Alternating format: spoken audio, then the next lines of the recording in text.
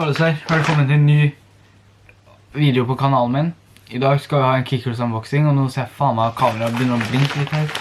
Så vi må være faen meg rask. Sekunder i dag.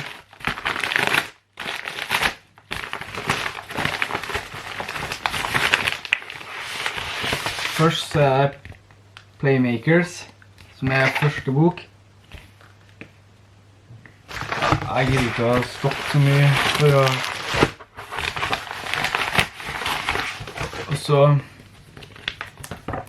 er det en plakat om Lionel Messi. Jeg kan vise dere den i neste gang. Så bare få faen meg eller...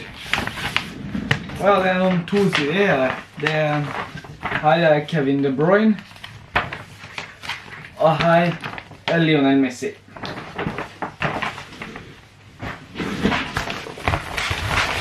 Og så har vi to fotballkort.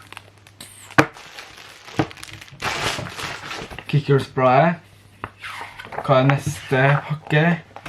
Neste temaspakke er fotballsupporter. En der, med han gutten med lua. Og så har vi fått en ny Kickers t-skjorte.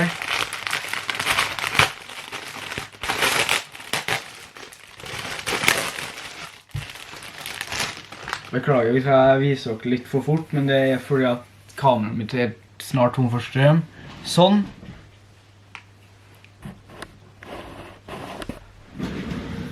Sånn, og så står det 10 på ryggen da. Som er veldig klassisk Playmaker-nummer, vil jeg si. Så har vi to fotballkort, de åpner jeg nå.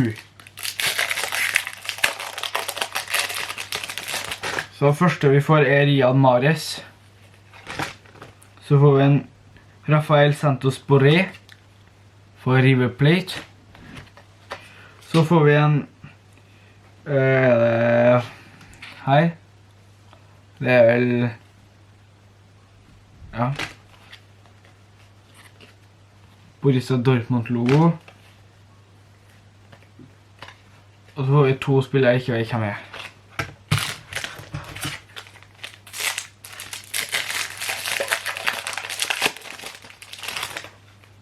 Så får vi Thomas Delaney, Rafael.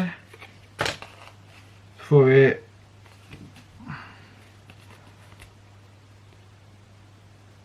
jeg vet ikke hvem det der er, men uansett. Så får vi River Plate-logoen. Så får vi en Ousmane Dembélé, og så får vi en Lasse Schöne. Ja, Schöne. Og så får vi, skal vi se...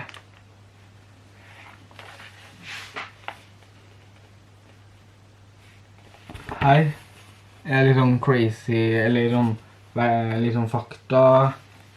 Ja, takk for meg. Hvis du liker videoen, abonner, lik, kommenter på videoen.